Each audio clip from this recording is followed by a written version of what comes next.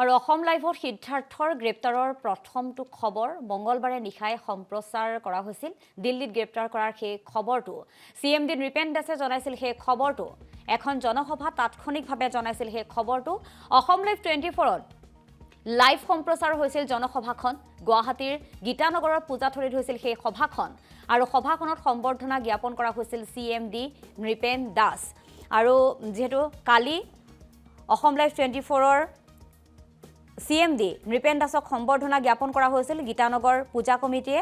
আৰু গীতানগৰ পূজা এই অনুষ্ঠানৰ পৰাই জুবিন গাৰ্গৰ ঘটনাৰ ন্যায়ৰ দাবী কৰিছিল।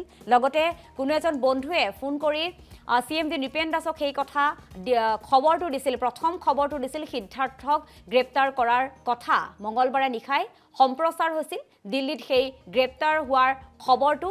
আৰু অসম লাইভ 24ৰ CMD নৃপেন দাসে প্ৰথম জনাইছিল সেই খবৰটো। আমাৰ হাতত সেই মন্তব্যটো আছিল। কি মন্তব্য প্ৰদান কৰিছিল CMD নৃপেন দাসে আপোনালোকক শুনুৱাই ল'ব বিচাৰিছোঁ।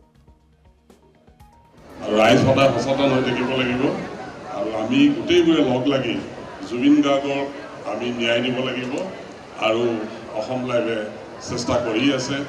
শেহতীয়াভাৱে গম পাইছোঁ সিদ্ধাৰ্থ শৰ্মাক হয়তো দিল্লীত ধৰা পৰিছে অলপ আগতে। যদি সেইটো হয় খুব ভাল খবৰ। মোক এইমাত্ৰ এজন ৰিপৰ্টাৰে খবৰ দিলে যে তেওঁ দিল্লীত ধৰিছে। আৰু ৰাইজ সদায় সচেতন হৈ থাকিব লাগিব আৰু আমি গোটেইবোৰে লগ লাগি জুবিন গাৰ্গক আমি ন্যায় দিব লাগিব। আৰু অসম লাইভে চেষ্টা কৰি আছে। শেহতীয়াভাৱে গম পাইছোঁ সিদ্ধাৰ্থ শৰ্মাক হয়তো দিল্লীত ধৰা পৰিছে অলপ আগতে। যদি সেইটো হয় খুব ভাল খবৰ। মোক এইমাত্ৰ এজন ৰিপৰ্টাৰে খবৰ দিলে যে তেওঁ দিল্লীত ধৰিছে।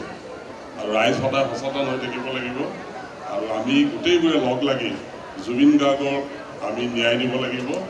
আৰু অসম লাইভে চেষ্টা কৰি আছে। শেহতীয়াভাৱে গম পাইছোঁ সিদ্ধাৰ্থ শৰ্মাক হয়তো দিল্লীত ধৰা পৰিছে অলপ আগতে। যদি সেইটো হয় খুব ভাল খবৰ। মোক এইমাত্ৰ এজন ৰিপৰ্টাৰে খবৰ দিলে যে তেওঁ দিল্লীত ধৰিছে।